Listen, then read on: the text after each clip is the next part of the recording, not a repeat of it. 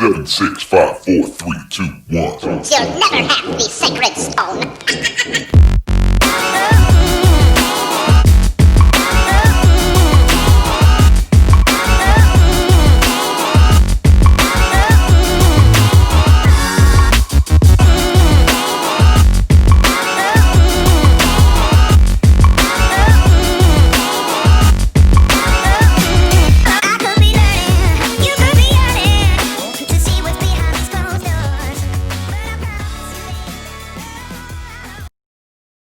And welcome back to the next edition of the Vegas Squares podcast. Typically, a midweek podcast would involve golf and golf betting. However, we are not going to be doing that. We are going to be going in a different direction today. It is the middle of the NFL season, week number 8. Some people probably thought with COVID-19 happening, we may not even have made it that far. And the NFL so far has done a little bit of wiggling to prevent a stoppage from happening. So I guess a slight tip of the cap, as Token Tony would say. Oh, nice. Go to Token. I the like NFL that. for keeping the NFL afloat so far through week 8. But it is the middle of the year. And I was thinking about, at the beginning of this week, writing an article on my 10 takeaways from the middle of the season. But Tony Johnson so eloquently suggested that we just make that into the podcast this week. I think Tony is here with me, and from Mike Said It First, also on the 12-Ounce Sports Network, Michael Carvallis. He's been on the last few NFL pods, so it was only right we had him back here to talk about it because I know he wants to gloat a little bit. He might be worse than Spike at this point as far as gloating. Tony, we'll find out by the end of the show if he is or isn't. I've got 8 topics. We're going to talk NFL. And before we do, obviously, I want to let you know that Tony and Mike are here. Tony, how have you been? I know that it's kind of a bummer for you to not talk golf, but you just told me you just weren't quite ready to give your picks out to the masses and feel confident that if they took those picks, that they could lean on your expertise. So the NFL it is today. I agree. Yeah, it's just one of those times of the year when we start getting all this football together. I'm starting to handicap college football again because we're getting an idea of what's actually going on now.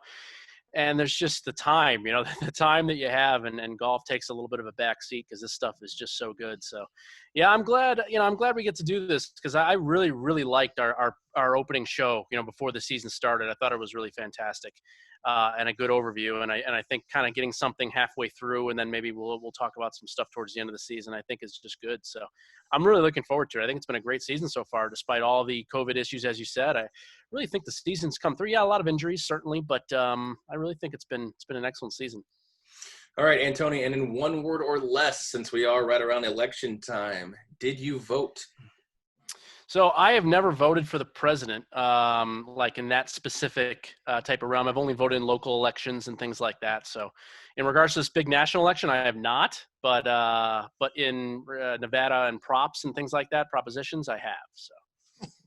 All right, and I think that's probably more important than the president, in my opinion, anyway. So I agree. We got Mike from Mike Said It First. You can catch him Tuesday nights and Sunday mornings, and I'm sure his NFL show on Sunday mornings will be a little bit more gambling involved now that he's Mr. Dave Koken Jr. himself, the tout extraordinaire.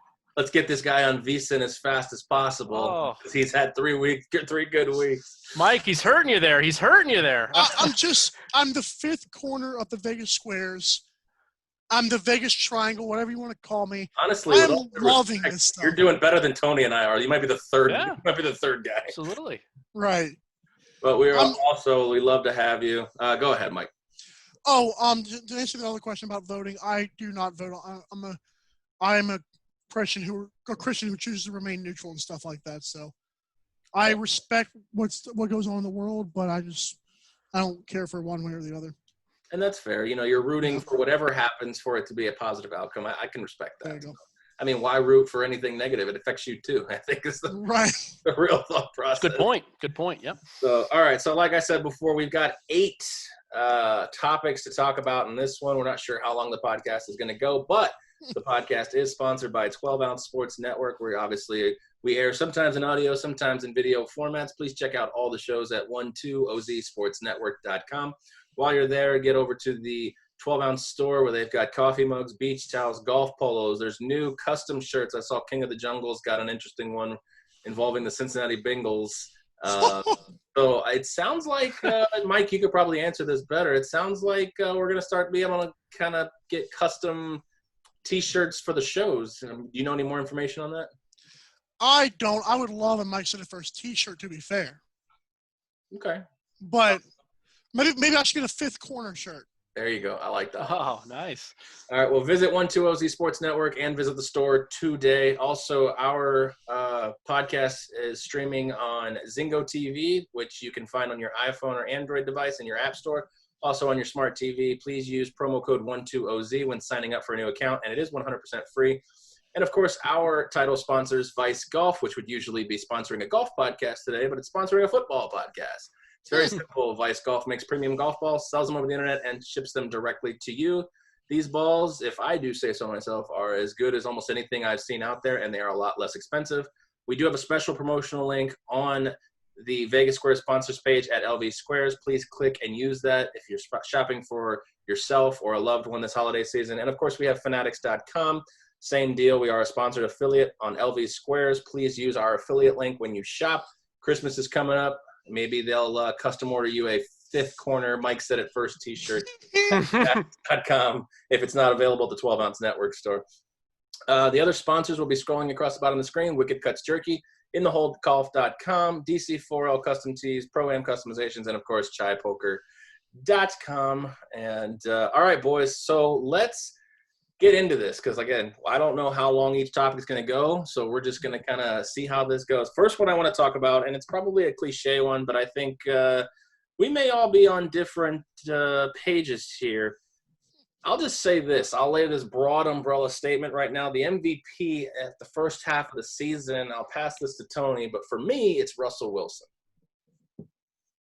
It must be so gratifying for you to say that, Aaron. I Even though I faded him this year. I know. You sort of faded him this year. He's been your boy since I've known you. I feel like he's cheating. I'm cheating on my boo thing. It does feel that way. It certainly does, and I hate to admit it too because I don't want to have to do it either. You know, again, not that I'm anti-Russell Wilson, but I just don't want to feed your fire. But it's I think it's actually relatively undoubtedly Russell Wilson. I think in spite of how bad and really grotesquely bad their defense has been. Now, granted, a lot of injuries have piled up, but the guy has played unbelievable football. He's made a couple of mistakes here and there in a few of these division games, but other than that, I think he's been pretty much lights out, and it'd be the vote I would give if I was a voting member of that one. Yeah, I mean, you look at some of these. The other ones that I had in consideration, obviously, Pat Mahomes. I think we're looking at maybe the LeBron James effect with Pat Mahomes. If he continues this upward trend like he plays, it just seems so effortless. You could argue, going back to the NBA, there was a period of time where you could hand Michael Jordan the MVP every year. You could hand LeBron James the MVP every year. And the problem is it gets mundane to the viewers and the fans. But obviously Pat Mahomes would be a 1A or a 2 counterpart Tom Brady. A lot of people, he's probably 50-50 as far as people said he's washed up or, he needs Bill Belichick. It may even be a 70-30 where 70% of the people were kind of like, all right, this is a cute little story, but it's not going to materialize. And again, through the first half of the season, I've got him. Others in consideration, Derrick Henry. I love everything about Derrick Henry after he stiff-armed Josh Norman to the Chiefs seats. That was fantastic. And just to throw in a defensive player, so far not with 9 sacks, Myles Garrett also got some consideration. So, Mike, those are my consideration picks along with my MVP, Russell Wilson.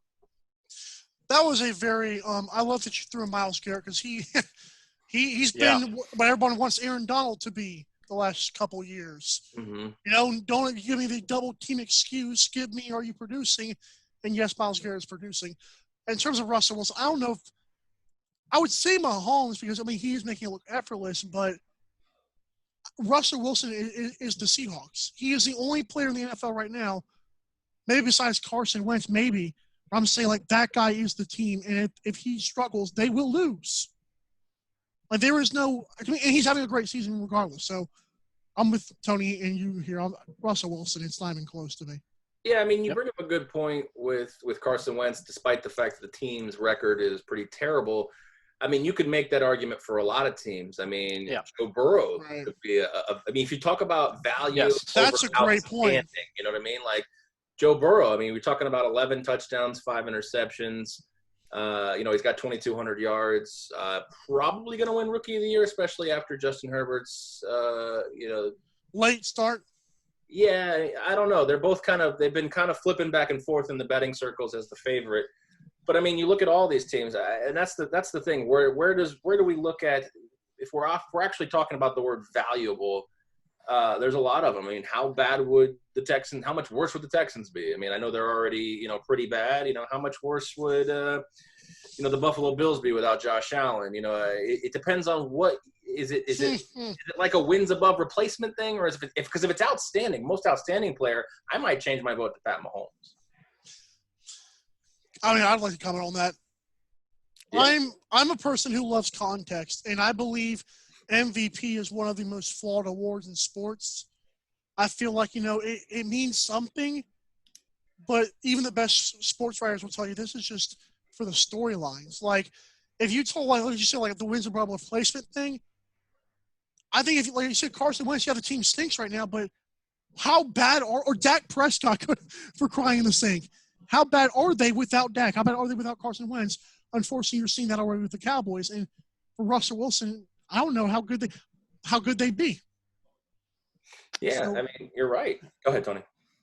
No, these are great points. I mean, I'll push back a little bit on Carson Wentz. I feel like he's made quite a few mistakes this season. He seems to always be throwing balls back across his body and into double coverage, especially in the red zone.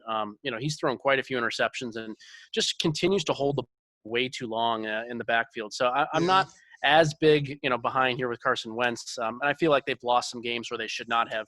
That Washington game right away, I know that was week 1 and we're really kind of far past that. That was a game that was given away. It was absolutely given away. And it might end up mattering.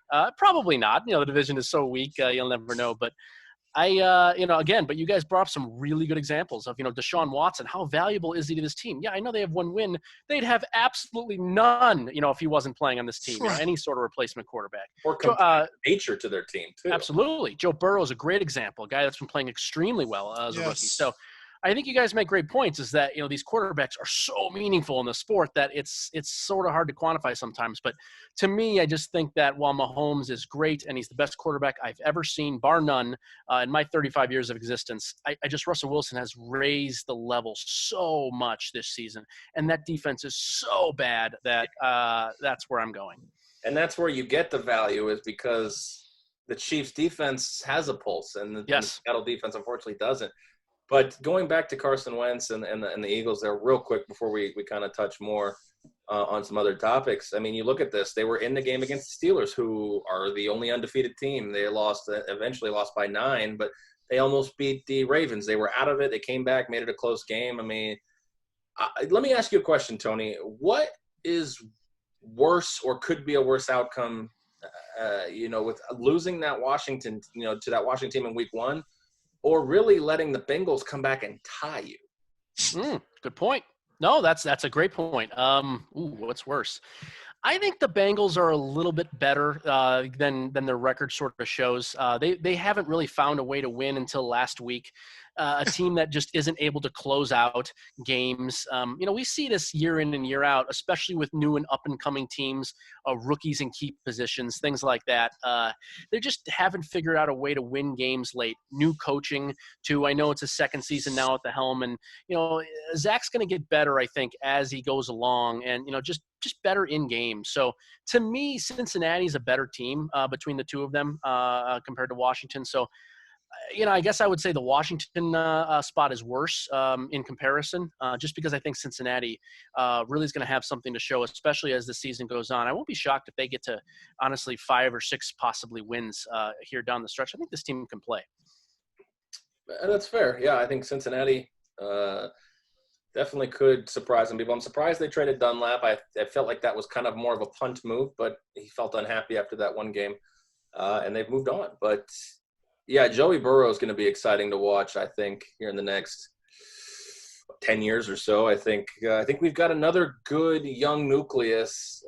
Unfortunately, one of the quarterbacks I'm going to talk about is Justin Herbert, and I'm going to talk about him for all the wrong reasons, or talk about his team for all the wrong reasons. And unfortunately, that team and the Atlanta Falcons are finding monumentally historic ways to blow games, large leads in games, not, going into the fourth with a 3-point lead. We don't consider that blowing games. But I believe the Falcons 3 weeks in a row blew double-digit leads. Now, on top of that Detroit debacle, that the Todd Gurley falling but not falling in the end zone, and I believe the Chargers have now blown 4 straight games with double-digit leads at one point in the game. Coaching? What is it? Because I was big on Anthony Lynn when we were doing our bets. I thought if everything could fall right into place, and so far it should have. That's the crazy thing. Yeah, your prediction wasn't bad. It really wasn't. I agree. Yeah. At this point, they're sitting at 2-5. And Tony, you weren't on the podcast this weekend, but we talked about that Denver Chargers matchup at both teams being 2-4. And Spike and I and Token said, who's the more optimistic team right now? And we all overwhelmingly said the Chargers. And then they lose the game on the final play. It's just, how many of those can you take before you just really give up on the coach's message? Because right now the coach's message is, we only play football for 45 minutes. Yeah, no, and I think there's definitely a schism between these two teams, significantly. A lot of these Atlanta losses really came before the coaching change happened. I think that since then, and we can also talk about the defensive injuries. So they've gotten almost everybody back. There was only one guy on the injury report going into the Carolina game earlier on Thursday. And really, Atlanta held that lead and really controlled the game the majority throughout on Thursday as an underdog on the road. But even the announcers going to the fourth were like, let's see what happens. Right. But they're paid to do that. Under Raheem Morris, they're 2-1. They've played really, really good football. Again, as you said, could easily be 3-0 in that spot, barring the Gurley, kind of fall down. And, Detroit doesn't have to go down and score a touchdown either there either. So I really like where things are trending in Atlanta. I think it's a team that's going to get a lot better, especially on the defensive end. And they're playing hard. They're playing hard. They're playing some quality football. The Chargers, on the other hand, is a team I don't see the end in sight. I'm one of the randoms here that I am not in the Justin Herbert camp. I don't really like what I've seen from him. Extremely happy feet. We saw that same thing with Tua last week in Miami. He's not making a lot of good decisions late in games, not just not throwing the ball away, but just not finding the right guy, not dumping the ball down, not finding his check down receiver, not being able to continue a drive when it needs to happen, and kind of going for the big play way too often. And I think there's a big difference between those two teams here, and I am not a buyer of the Chargers going forward. I think they have the wrong quarterback at the helm, and it's just not a team that I can back. I agree with Tony here. The Falcons, to me, and this might be a little bit biased for myself, not from me living in Georgia, because trust me, I know very well what Georgia teams represent, or should I say don't represent. But in terms of the Falcons, I thought coming into the year they were going to play devil's advocate, and I keep saying, don't be surprised they screw off and win against the Saints and the Buccaneers late in the season. And Matt Ryan has shown that he's capable, especially with this guy Younghoe Koo. He's the Matt Bryant from years ago. That would just kick a game-winning 55-yarder.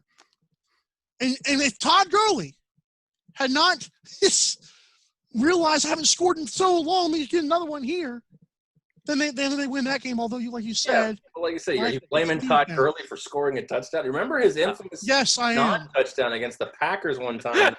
Didn't cover a spread, and everybody lost their proverbial minds at that point. You look at this. I'm going to go back to the Chargers here. You look at this. I'll give them the benefit of the doubt in week 2. It's the Chiefs, and Tyrod Taylor had his lungs blown up in that game before the game. But somebody say, to be fair, that Justin Herbert was the one who put the needle. There's some weird conspiracy theories right there. I don't know. Wow, that's terrible. The Buccaneers game where they were in it and they blew it. The Panthers game, the New Orleans Saints game we all saw on Monday night. Yeah.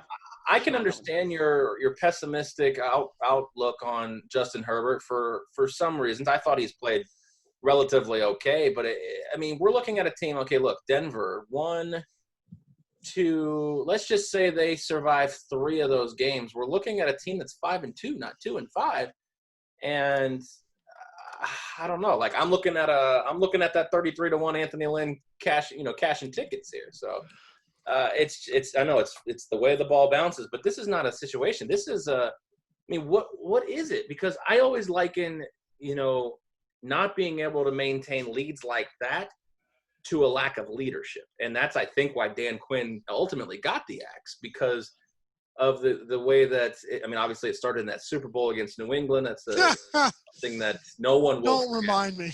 Yeah. And but I like to think Anthony Lynn is a lot more hands-on approach and aggressive than Dan Quinn was. Dan Quinn was Jason Garrett 2.0, the clap, clap, clap, clap, clap. It seemed like every time I ever panned over to the sidelines with him, That's a good point. He didn't know really how to approach situations. I thought Anthony Lynn was different, but I know there's some injuries. Derwin James has really never got off the ground in his career, but good Lord, it's just amazing. And you start to wonder how, as a coach, do you nip this in the bud and say, dude, keep your foot on their motherfucking throats? Thank you for that. I don't by care the way. about this sportsmanship anymore. Sportsmanship, No. honestly, over the last 20 years has slowly gone out the window anyways. Tyreek Hill's piecing people as he's running to the end zone. So you're telling me he can piece people as he's running to the end zone, but by God, I'm not allowed to win by 40 points? I'm going to stay on your goddamn neck and make sure I win this game. And Absolutely. in fairness, Patrick Mahomes showed last week with a 20-point favorite. And by the way, I was gladly on that game or minus the 20.5. But like you said, sportsmanship was out the window. They ran that score up like somebody was paying like some They Vegas didn't play the fourth quarter. What are you talking about? But they were honestly they were up like 28-6. So let me just wing it again. At Again, 35-6. If you're the Los Angeles Chargers, that's not safe. 28-6 is not safe. And if you're the Falcons, 28-3 is not safe. Don't say that. Don't you go there. But and to Tony's point, I'm not a fan of. I would put more faith in Justin Herbert than Anthony Lynn for this reason. We've seen this Anthony Lynn story about for 3 or 4 years now, where it's getting like, okay, you guys have talent, and it's like, dude, you got to close these things like now. Like Zach Taylor was already having his job questioned, although he shouldn't have in Cincinnati like week 5 because they blew a lead. How is that possible when he's a rookie head coach and Anthony Lynn has not been shown the door? I will disagree with you regarding Anthony Lynn. I think 2 things hindered him the first few years in his stint here with the Chargers. Both Phillip Rivers. They were stuck with Phillip Rivers. That was Yes. one. And 2, I swear half their team was injured every year. That's and true. They still have injuries this year. No Austin Eckler for the last few weeks. Yes, What a game changer, Aaron. Let me tell you. Jackson and Kelly have performed fine. I don't know. Obviously, I think Joe Burrow has performed better than Justin Herbert, but I have no qualms with the way Justin Herbert's performed so far, and I think the future's bright for him. I guess we'll find out, Tony. It's. Yeah. I don't think you're rooting against him. You just don't like what you see. No. No. no. Difference of opinion, absolutely. No, I have nothing against the guy. I didn't like him that much in Oregon. I'm not going to lie, but it's not anything personal, of course. Never is. Todd McShay loved Justin Herbert for 2 years. I think that's maybe what kind of got him. Todd McShay. You know what? The problem is we're seeing if you're watching the Monday Night Football game. Just talk about quarterbacks real quick. Louis Riddick is every single throw that Daniel Jones makes. Oh, he should have hit him this far. Like, dude, shut up. And then finally, whenever he makes a good throw, Louis Riddick doesn't even speak. The broadcast. We're seeing the Justin Herbert apologists now saying, "Oh well, he's kept them in games, but they should be in games anyways." Well, I know that you are taking the Daniel Jones narrative to the grave. Right. If I remember correctly, Louis Riddick was also outspoken when Daniel Jones went ahead of Dwayne Haskins, along with a lot of other people. Which, so far, to your credit, although slightly, you are looking good right now. The fact that Daniel Jones is actually still playing in NFL games right now. I just want to look at next week when the Washington football team plays. I want to know how what Dwayne Haskins does. That's all I want to know. Well, let me ask you this, Mike, and just a quick tangent, and then we'll move on to the next topic here. What were your expectations of Daniel Jones when you decided to jump on this narrative? I don't dislike Daniel Jones. I just didn't think there was enough time in Duke, and I don't know if necessarily he's the next Eli Manning, which honestly Eli Manning was probably very mediocre to begin with. Obviously, the 2 Super Bowls are a complete Mirage. fluke for Yes. whatever. But what are you expecting from Daniel Jones? I guess to fulfill your narrative. Obviously, you don't like Dwayne Haskins. We get that. It's almost okay. So it's like Mitchell Trubisky, right? And I think he's way better than Mitchell Oh. Trubisky, obviously. Thank My whole you. thing with Trubisky was Trubisky's whole narrative. So, but the, Trubisky is literally dragged for something he cannot control, and that is the fact that he was drafted above Deshaun Watson and Patrick Mahomes. Nobody cared who Patrick Mahomes was. I did. Nobody else did. So that's the Bears' fault. But as for Daniel Jones. It's sidetracked. I feel- I'll give the Bears credit for drafting Trubisky. I'll give the Bears a pass for drafting Trubisky over Mahomes, but not Watson. I thought Watson out of college was. Oh, I agree. I completely agree. I've said that. They traded up to get Trubisky. It was the dumbest thing I've ever seen. I agree with you. When they traded up, I was like, they're getting Deshaun Watson here, and it just. Well, It didn't make it sense. and again, Matt Nagy has not been the best person in the last 3 weeks. Social media has finally caught up to what I've said, that he's not that great of a play caller. Like you, If he even called plays in Kansas City. right? But Daniel Jones, like my whole thing is, I was told he could not throw. I was told he's white. I was told these things about, like, he's just terrible. He shouldn't even. Traditionally, they're white. No, What? but Dwayne Haskins. No, there was literally a narrative that had Dwayne Haskins been a white guy, oh, he's the guy. I mean, What? I've heard it all, because Dwayne Haskins had 3 or 4 receivers run under 4.4 at the combine. That's just incredible to me. Daniel Jones, his team led the league in drops. But to be fair, they said the same thing about Lamar Jackson, and that one's looking right. So I get what you're saying, and I've heard it. I've heard the same thing too. Although I didn't hear that Daniel Jones couldn't throw, because I mean he had 2 of the greatest minds and arms helping him in Peyton Manning and David Cutcliffe. So I didn't hear the couldn't throw narrative. So I disagree with you on that one. But yes, I have heard that if Dwayne Haskins was white, he probably would have gone higher. But I got 3 words for you regarding Dwayne Haskins, and we're going to move on. But I got 3 words for you regarding Dwayne Haskins on why I didn't think he would be good. Ohio State quarterback. That's great. I like that. All Justin right. Fields, though. Okay, go on. But Dwayne Haskins had the same hype. I don't know how I feel about Justin Fields. Tony and I have had debates on Justin Fields. So It's the dumbest thing Kirby Smart will ever do as that coach. Oh, thank you. Letting him walk. It's the dumbest thing. Nobody talks save about that this. for the college pod. No, I I'm do, sorry. I do. Well, everyone started it. I didn't start this. We'll This save is that for the college. We got to move on. you brought him up, and Kirby Smart let this guy walk, and he played, and that other terrible quarterback for a year and a half. It made no sense. I think the one game I ever saw Justin Fields play at Georgia, he threw like 3 Patrick Mahomes darts for 50 yards down the sideline. I was like, we're choosing a lesser version of Alex Smith Yes, over Justin Fields, and that's always been my Yes. knock on Kirby Smart.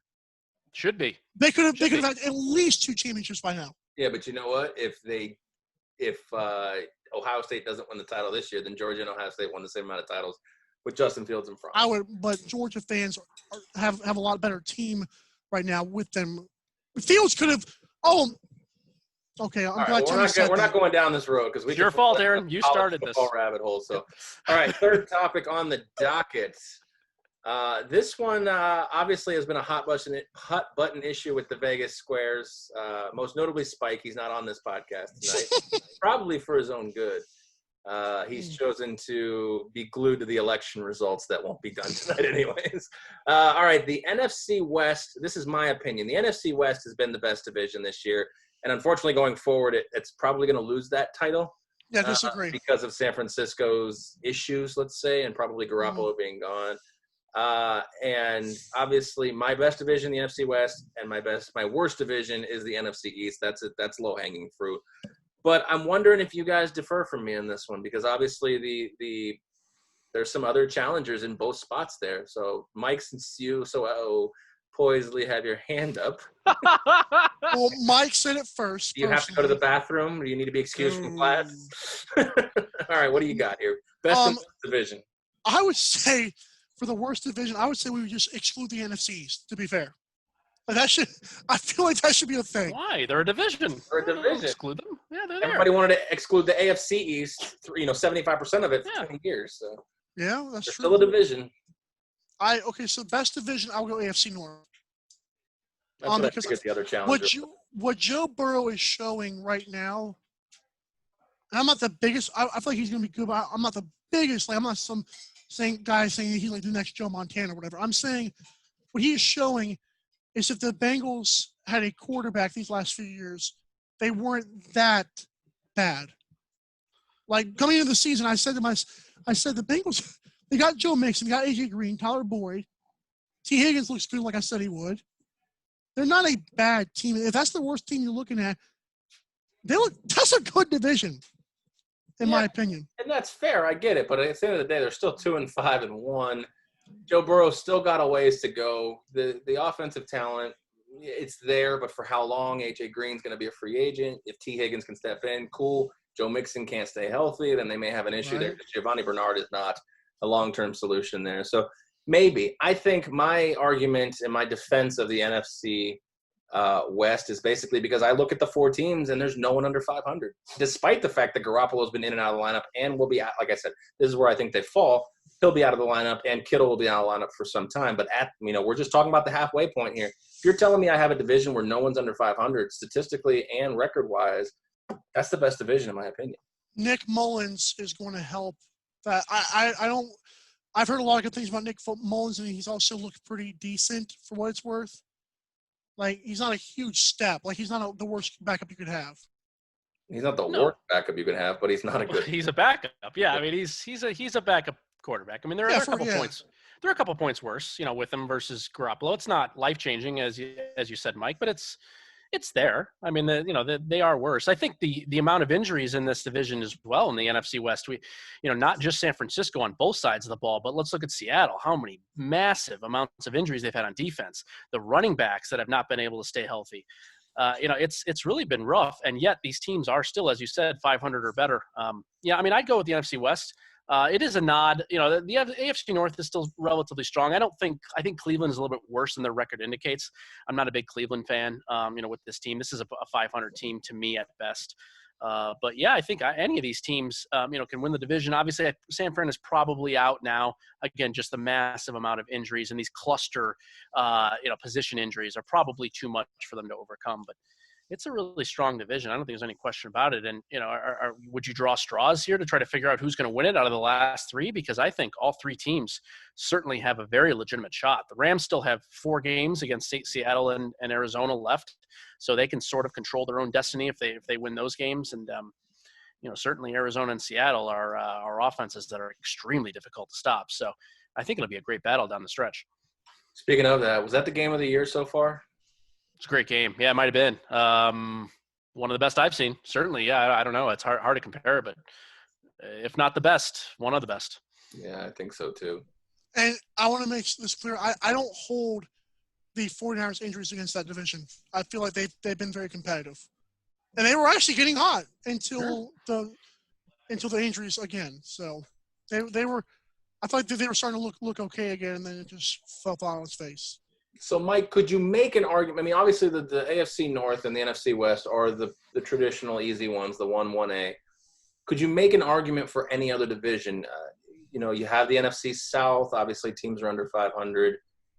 You have the NFC North, where I think the talent on Minnesota, and like I said, they could be 7-5 heading into Tampa in December. I'm telling you, that's not without a realm. I'm just saying, could you make an argument for any other division to even really sniff the jock of those 2? No, because NFC South is being built on the Falcons who choke, the Panthers who, I mean, they've done well, but it's banking on the fact that Tom Brady and Drew Brees are breaking past touchdown records simply because of the fact they have a pulse and they're playing right now. They're not playing well. All right. Well, let me ask you this: could you make it? I don't love what I see out of Buffalo. I think, and we'll talk about this later on, but I think, even we can't talk about them winning divisions and controlling this division like the Patriots did for 20 years and whatever argument you can make as to why, but just specifically this year, I think they're kind of a fraud. I mean, they're 6-2 this year and they're actually being outscored, albeit by 1 point, but they've been outscored this year, which I thought was a surprising number, in my opinion. I mean, could you make an argument that the AFC East could be around there with one of the worst conferences? Heck no. If Cam Newton can throw a football, the Patriots are better than the Bills right now. I'm sorry. Maybe not better, but they still beat the Bills, and the Bills would fall to 4 very ugly games. Like they did not beat the Jets very well at all. Yeah, Like, right. if we're being fair about that. I mean, Miami got lucky with the Rams. I mean, they got some bounce, they did. bounce the right way. That's true. I'm curious to see how this Tua experiment is going to go. I mean, I've been on board saying I'm not going to do the "I told you so" thing, but I think this move is going to be disastrous. I think this move's going to be wrong. It is Right now. I agree. So maybe not in the future, but I think this move's going to be wrong. But, I mean, like I said, they're the only team in the AFC East that's actually scored more points than they've given up. So I could make an argument that the AFC East is also very bad. New England spikes back on the tank for Trevor wagon with that. I don't think with the way New York Jets have most competently tanked that they're going to get Trevor Lawrence in New England, but maybe they'll get Justin Fields if you guys are so high on him. So. All right. Why? Well, you want to go there again, Aaron? Let's go there. Come on. I'm not high on him, but I'm not saying that I'm not going to go to bat to just when. Okay, let me put it this way. The way I see the narratives, I respect your Daniel Jones, the way you push that narrative, because I don't actively when I'm against somebody, I don't actively root for them to fail. Yeah. Tony can tell you, I have a long-term bet that Patrick Mahomes won't be in the league after year 8. Woo! I'm going to lose that bet. So. Ooh. Is that barring injury, or how's that working? That was also when he was a rookie, so I didn't know what to expect. So I was wrong. That's a wrong thing. But I'm not actively, anytime Pat Mahomes throws a pick, or I think the only way I'm winning that bet is if he has a career-ending injury, and obviously I'm not rooting for that because that's good for anybody. So I don't know. It's just I applaud when I have a guy I think is high. I defend him like you do. So I got to respect that, that thought process in the narrative. I don't agree with your Daniel Jones narrative, but I respect that you push it. I think Daniel Jones could be fine, but there's a lot more issues in New York than just Daniel Jones. Certainly. Thank you. That's the point. Yeah. Yeah, and you're right, Mike. But unfortunately, the narrative with Daniel Jones is that he was taken ahead of Dwayne Haskins. Now, it could be at this point that they both flame out and wash. So look at this. We had the Andrew Luck, Robert Griffin III argument in 2012. Robert Griffin III is still in the league. Well, first of all, as a Colts fan, I was adamant that Andrew Luck was better than RG3. Of course he was. Yes, he was. Come on. I think he's just giving you shit. But there was a serious, to be Aaron's point, that there was a serious argument. Like, I had to battle with people about if RG3 was better. Like, that was a serious thing. Mike, how old are you? 24. All right, so that would put you, 1996 birthday? Yeah. All right, well, in 1998, there was a hotly contested debate between a young man named Peyton Manning and Ryan Leaf, yeah. And that was probably and there was no social media at the time. That was big. That was a big deal. It really was. That was far more huge than the RG3 Andrew Luck without social media. Correct. Yeah. So I know what you're talking about, but unfortunately, Andrew Luck is not in the league anymore. Sorry. If the Colts, if we had Chris Ballard back then, we'd be fine. Maybe so. All right, let's move on to the next topic here. Speaking of worst divisions and worst teams, this is kind of where I want you to kind of find the diamond in the rough. Which team under 500, not named the Philadelphia Eagles, has the best shot to make the playoffs this year? Remember, we get 7 teams in each conference this year. So, Tony, I'll start with you on this one. This is a really tough question. I thought I could kind of pluck one and figure it out and roll with this easily before we started the podcast here. But, I actually, weirdly enough, and I usually like to try to find, some of these nice spots, but I don't think there's really a great candidate at this point. So I'm going to go ahead and just sort of cheat and give 2 here. But I think one of the 2 teams in the NFC North, so either Detroit at 3-4 or Minnesota at 2-5, have the best chance. I'm not a big fan of the 2 teams at the top. That's pretty much my main point. While Green Bay obviously I think has a much better team than Chicago, really, virtually top to bottom. Certainly there are spots in Chicago's defense that are significantly better than Green Bay. But the overall defense, and if you actually look, really deep in the numbers, Chicago is not significantly better than Green Bay defensively. But again, I think they're much better in certain spots and certain positions. But the quarterback position is obviously, the clincher there. So while I do think, Green Bay has the best chance to win the division, they really can only go so far as the quarterback. And if anything does happen to Aaron Rodgers, or he does have a week or two where he misses here and there an important division game, I think that Detroit and Minnesota have a real nice chance to step in. If I had to choose one of the two, I think I would choose Minnesota over Detroit to have the best chance there. And it's not just because my worst prediction so far this year to date was Minnesota being the best team in the NFC. Yeah, you can't win them all, as they say. So, it hasn't worked out yet, but that was a game they absolutely had to have at Green Bay. I don't think there's any question about that. And not only did they get it, they really got it in relatively convincing fashion. That was a strong, strong performance top to bottom, and a type of game that can really propel a team here. We've only seen two teams since 1970 that start 1-5 make the playoffs. I'm not saying this is number 3, but there's an outside chance here. So if I have to choose one, it's Minnesota or Detroit. I just like where both teams are going. I think both teams are getting a lot healthier too as we move forward. Detroit is, again, not a stick in the mud. It's a team that when they get everybody together, we still have head coaching issues, and I think there's always going to be a question mark there. But Matthew Stafford is a guy that can win games late. He plays great in second. He's a much better second-half quarterback than first-half quarterback. The numbers have bear that out throughout his entire career. I know another Georgia guy there for you, Mike. But, I think it's a legit team. So I would go with one of those two. I wouldn't be shocked if one of those two teams give Green Bay a run for this division. And I don't think the Bears have really much of a chance, to be honest with you. All right, Mike, before I let you speak, since Tony actually kind of stole my thunder there, my two teams. I apologize. No, you're fine. Actually, just to piggyback off you, if I had to narrow those two down to one team, I would also go with the Vikings. I know we've kind of discussed that a little bit throughout the show here so far. I'll read you down the schedules of the two teams. Now, again, week 9, they play each other, so that's obviously a big key game here if we're talking about these two teams making. Remember, the 7th playoff team. I don't know about that division, Tony. I don't know if I think they can get to that point. But again, 9-7 really could get you in this year. If we've had 8 and 8s get in before with 6 teams, 9-7 definitely. So we've got for the Minnesota Vikings at home versus Detroit, at Chicago. Tony already said they were a fraud. They're playing Dallas. Whether it's Dalton or DiNucci, do we really care? Carolina, Jacksonville. They go to Tampa Bay. That obviously would be a tough one to win, but I'm not saying they can't. Again versus Chicago. They go to the Superdome against New Orleans. Now, there may be fans there by then. It's a Christmas game.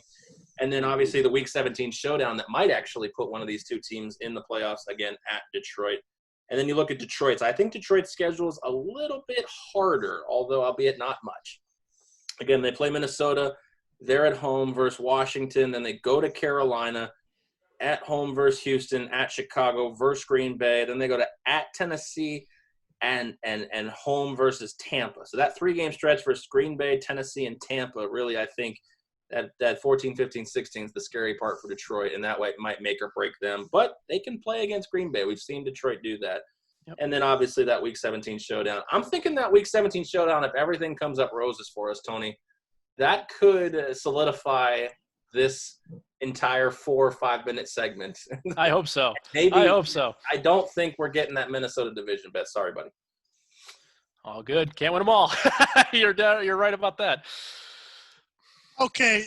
So this is going not to continue an argument here, but I have 2 teams for you. One of them I would not be surprised, and it would have to be by the skin of their teeth. The Falcons. But here's where I get concerned with the Falcons. The fourth quarter? Well, that's very fair. Nice. Their schedule, they will – okay, so Broncos, I believe they'll win this week. Saints, Raiders, Saints again. I believe they will beat the Saints. Maybe the Saints or the Buccaneers one of these 4 times. If they play the Saints and the Buccaneers 4 times, that's brutal, especially if Buccaneers get hot and Antonio Brown starts catching fire. Although, yeah, whatever. The Raiders, Chargers could screw around and win, and the Chiefs.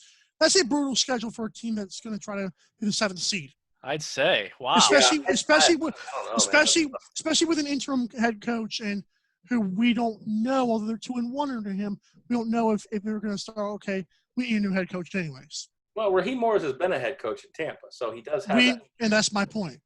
So here's another team that I believe could win a division? The Giants. Okay, now hear me out.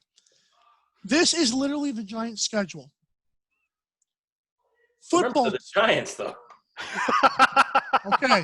Okay. Remember the Vikings, though. Okay, anyways. The football team.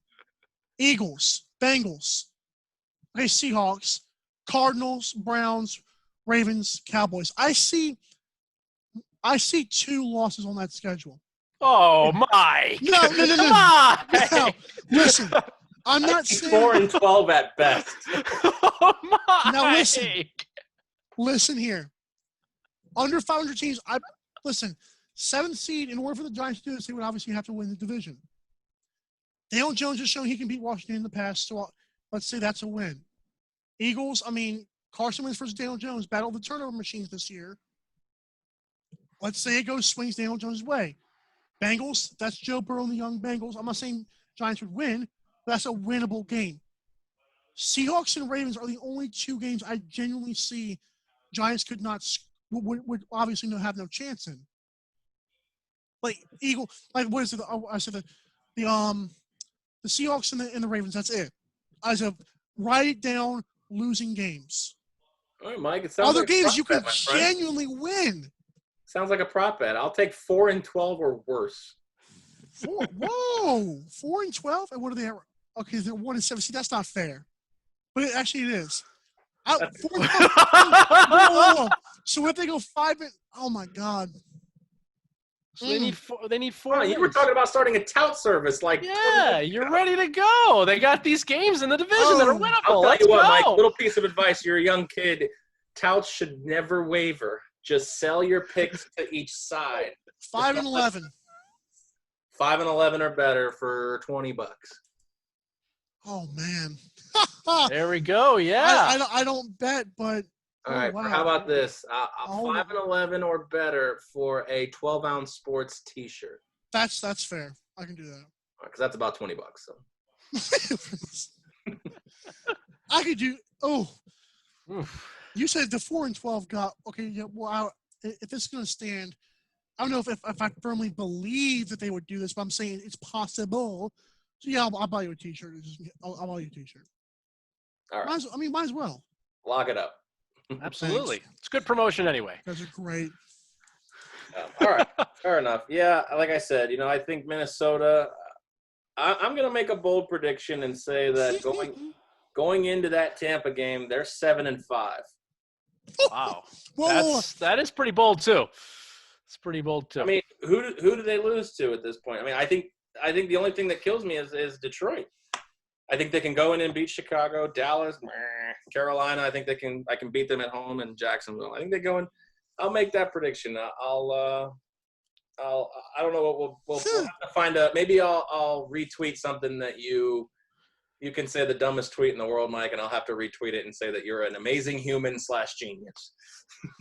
Or just say I cannot believe that Mike was 1,000% correct on Daniel Jones being better than Dwayne Haskins. You guys with these quarterbacks. Season's not over, Mike. Season's not over. The career's not over. What is this? The second year for these guys? Can we let's let it develop a little bit. Let's see what happens. Fair. It's not a good look that Dwayne Haskins can't beat out Kyle Allen. Thank you. And Tony, if you remember from 2019, I was in love with Kyle Allen. I understand. I don't have a dog in this fight. I'm not sure who's better. I don't really care. But let's maybe Haskins will go somewhere. Let's see what happens. You never know. I think you're right. Let's say Dwayne Haskins just grows an arm capable of throwing a football. That would be. He could definitely throw a football. That's not. He's got an arm. Yeah, that's not arguable. It's whether the ball goes where he wants it to go. That's the key, really. Here is He's got a gun. Needs to work out with Sam Bradford on his accuracy. Whoa. If there was one thing Sam Bradford could do, it was throw an accurate ball.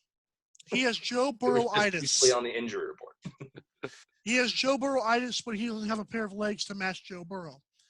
Dwayne Haskins will literally listen, you give him the wide open windows he had at Ohio State, of course. The game where they scored like 60 against Michigan, I believe like 4 of his 5 touchdowns, nobody was within 10 yards of the wide receiver. That doesn't count. Mike, unfortunately, this isn't the first half Dwayne Haskins report, so let's move forward. But speaking of getting fired, which he might do, from Washington. Let's talk about a head coach getting fired, because I'm sure we'll have them at the end of the season. But I want to know who might get fired in season. I'm pretty sure, and I've said this before, somehow Adam Gase is going to last the year. I don't know how he has the job still. Nobody understands how he has a job. We talked about it. I think the He does situation cope with the owners. I looked into the contract situation, and unfortunately, the Jets are still paying Todd Bowles, too. So I to didn't pay realize Todd that. Bowles, to pay Adam Gase, and then to pay another coach Got it. probably just isn't – I think that's the reason Adam Gase I didn't realize that. I didn't know is that. living Okay. on house money right Got it. now. A lot of people – the rumblings have started, which fair or unfair, I don't know. But a lot of people think Mike McCarthy should be fired after – now, the one thing that shocked me about this is the callings for the firing was after Dalton got destroyed. No one on that team fought for him. It's incredible. Isn't it? It is. It's remarkable. It's a terrible situation. And I watched Amari Cooper relatively closely. I had an underbet on him in the last game. That was the most pitiful performance I've seen from a player this season. He did not give even close to 50% effort on a lot of routes. He stopped running a bunch of times. He kept his hands close to him. He dropped passes. He didn't run. That was a joke.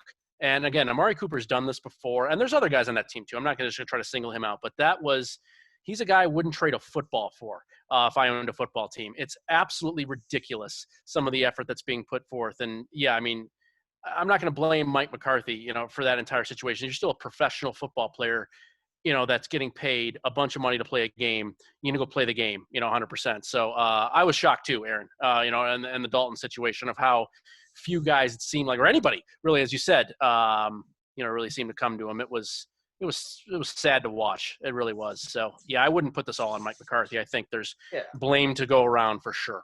And then this crazy notion after, Dalton got knocked out and, obviously Dallas has not been performing well. The social media craze of, well, that's why you paid Dak $500 million. No. $500 million isn't saving his ankle. So I don't understand this narrative of, a lot of these guys, even Louis Riddick, he had talked about it. You seem to be high on him, Mike. Oh. They're talking about, paying Dak. Well, paying anyone doesn't save them from a horrific ankle injury. And honestly, Jerry Jones, if that ankle never comes back, Jerry Jones might have actually looked like a genius in not paying. Well, they offered him $35 a year, right, for 3 or 4 years, and it's not like they didn't offer him a contract. Unfortunately, Mahomes signed the 45, and Dak thought he was worth 44.9. Yeah. Okay, so the Cowboys, I want to be very clear. I like Dak Prescott. I do not love him. I also believe that while Dak looks obviously better because of this, because of the fact that quarterbacks are just terrible right now, being better than Andy Dalton and Ben DiNucci just does not get you a payday like Twitter believes. I believe that he is better than those two, and that's obviously better than nothing. But to bank on saying, oh, he's better than Andy Dalton, he's better than Ben DiNucci, that's not saying the Cowboys couldn't go draft the guy or sign a guy that could be about the same as Dak Prescott. He was having a big time season before he got hurt. That's why I picked the Cowboys to really look bad after his injury. Yeah. I completely was on that train of like, I don't trust him right now. I mean, what are the Cowboys right now? What were they, 2-3 when he went down, or 1-3, I think, because they ended up winning that game. Yes. I mean, what are they at this point in the season with Dak Prescott? 3-3? They win their last 2 games? So they beat Washington and they beat They beat Washington and they beat Philadelphia. Yes. Okay, Because so they beat what, 4-3? Yeah. That would have been like a pick'em game. They might have been like a 1-point favorite at Philly. I don't know if they win that game. Yeah, maybe. Okay, let's just say they're 3-4, 4-3. I mean, are we paying $40 million for that? No, absolutely not. So I say you raise the price by $2 million and tell Dak to walk if he doesn't like it. So who's getting fired, Mike? Well, I mean, Mike McCarthy was. Jesus. That's a tough pill to swallow when one's Dak the Prescott. quarterback. Dak Prescott, and as a person who likes Dak, there's other teams that will pay him money foolishly. And I'm not saying he's not really good because I think he is. But if Cowboys want to win a Super Bowl, he's not. You shouldn't pay him all that. No, I would say get rid of Dak Prescott. Talking about coaches. Coaches? Let's see. I said, which coach is getting fired in season? Dak Prescott's not. Well, he is coaching right now. Doug Marrone. Damn, he stole that right out of my playbook. Doug Marrone was my guy too. So I'll throw a curveball at you here. Tony, you guys know how high I was on Anthony Lynn, and I've got 33 to 1 ticket. Oh. I think if they lose to Las Vegas and lose to Miami and they're 2-8, Anthony Lynn's gone. Could be it. I agree. That could Because actually be you the know first what? one. They got Las Vegas and they got Miami. They fire Anthony Lynn if they go 0-2 right there, and they bring in an interim to beat the Jets next week. Entirely possible. It's entirely possible. Those would be the two strong candidates. I do think that knowing a little bit about Shad Khan, I don't think he's a fire guy in season. He's talked about that before, about letting people not only in just coaching, but actually in all of his business ventures, about letting people kind of try to finish what they started. He's a big believer in that sort of stuff. So, I would think that just based on that in-season firing, that Lynn is more likely. But if no one's fired in the season, it'll be, one day or the next, maybe Lynn versus Marrone. So I'm not sure there. But just knowing a little bit about Shad Khan, the owner of Jacksonville, I wouldn't think that it would be Marrone. And, Marrone is fired up. I don't know if anybody saw that press conference from Monday or so before the bye week, but he just talked about how excited he is, and he's ready to start doing some different type of scheming. He likes how his team has played late in some of these games while they haven't actually obviously gotten some wins. He likes the effort. Again, you can only go so far with coach speak, and I get that, but Marrone is a guy that is not going to give in. And it's a team I follow a lot of this stuff really, really closely. And I think Jacksonville might have some spots. If there's some quote give up games where, everyone is like going to throw 2 touchdowns at these guys, when they're away against quality teams, I think you're going to be wanting to not only take some of these 2 touchdowns, but also sprinkle a bit on some of these money lines and these outright wins. Because I think there's a chance with an offense like this and a quarterback that is willing to go and willing to keep his foot on the gas, I think it's a team that can upset some people and be a threat down the stretch. So I'm actually very pro Jacksonville from the betting perspective, possibly going forward here. We'll see what happens after this bye week. Aaron, All right, Tony, I got a prop bet for you, Tony. Yes, sir. I know you already have the Jags under. We're going to review all of Tony's future bets, so I don't want to give them all away here. But I'll throw you another prop bet since you seem to be a little more optimistic that they're starting another 6th-round rookie quarterback from one dumpster fire to the next. That's a fair point. Okay. I'll take 2-14 or worse. I mean, sure.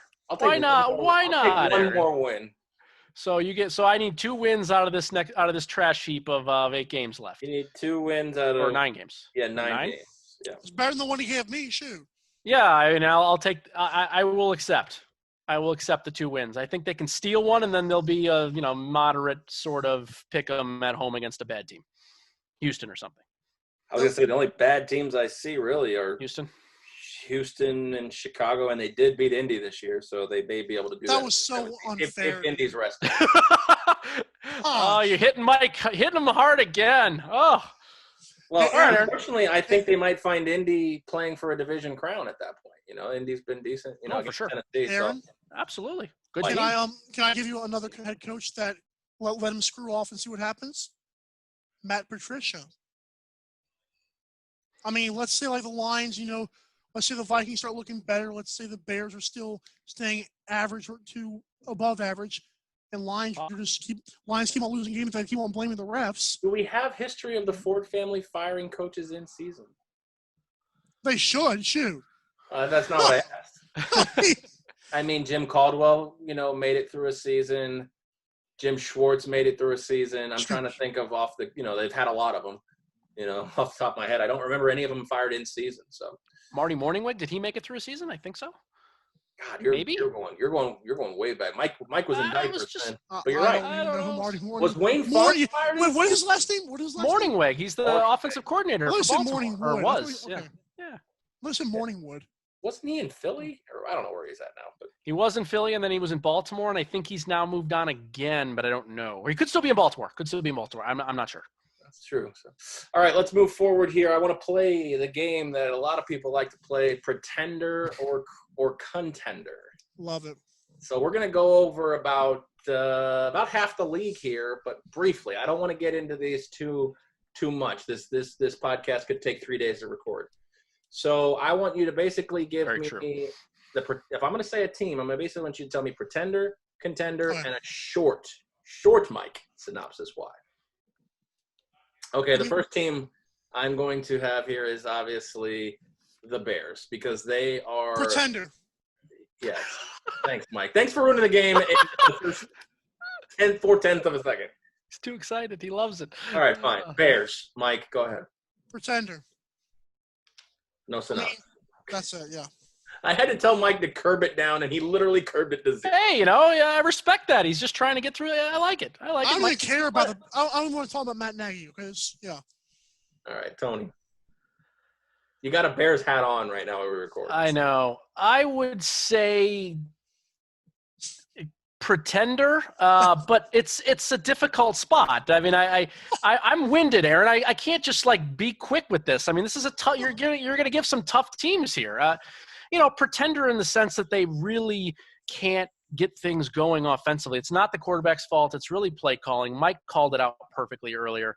I think it's a head coaching issue. But again, with a defense that's really that strong, especially interior defense, the defensive line really has been a lot better, I think, than even was expected. I think it's a team that can hang in ball games, but contending to me is trying to win and having a really great chance to win week in and week out, and that's just not this team. So to me, it's a pretender, but it's a close one. I said I'm with you on pretender, but I honestly, this team, whether it's Trubisky in or Foles in, this team just reminds me of that Tebow Broncos with a phenomenal defense and just enough points on the board to win games. Yeah, it's not a terrible comparison at all. I agree. Yeah. All right. Let's stay in the NFC North and go with the Green Bay Packers, Mike. Contender. Aaron Rodgers is playing very, very well. A lot of people said, well, will he start butting heads with Matt LaFleur? I haven't seen that too much. I've seen, they just lost a bad divisional game in which their defense was Swiss cheese again. But I like the way their offense plays. I think Devontae Adams and Aaron Rodgers, barring health, I think they're very good. I think if they play the Buccaneers again, I think Buccaneers should watch out. Yeah, I was kind of hoping to see if they could actually pull that trade through to get Will Fuller. That would have made a nice little complimentary piece, but unfortunately, I agree. It all fell apart.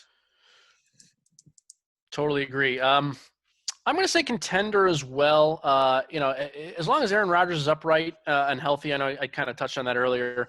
I think this is one of those teams that, we even in our earlier segment where they rely so heavily on quarterback play because the defense can be, so rancid at times that it's scary, certainly. But as long as he's healthy, as well as Devontae Adams, I don't think they can beat a quality playoff team without Devontae Adams necessarily either. It's just too difficult. So to me, with those guys there, I'm going to go with a contender.